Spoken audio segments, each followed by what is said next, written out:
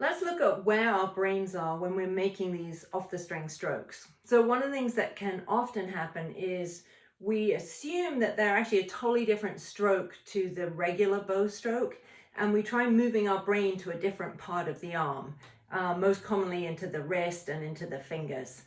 But actually, the brain is in the same part of the arm. It's just a much, much shorter and smaller stroke in a different part of bow and string, which gives us that off the string feeling.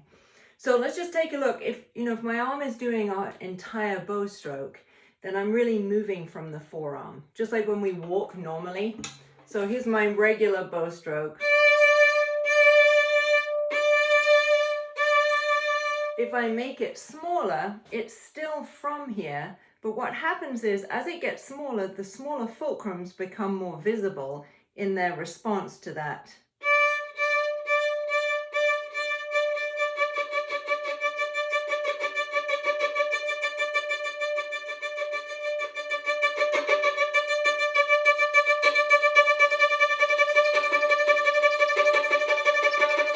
And this is where it can look like the movement's coming from the wrist.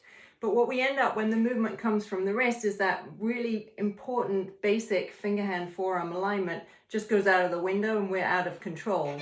So when the wrist starts to make the movement, then the fingers are no longer holding the bow with the support of the forearm, and we've got that sort of flappy, unstable feeling. So it's just like walking. When you walk, we realize it's our legs. If I take a smaller step, it doesn't become ankle walking or toe walking, it just becomes a smaller step.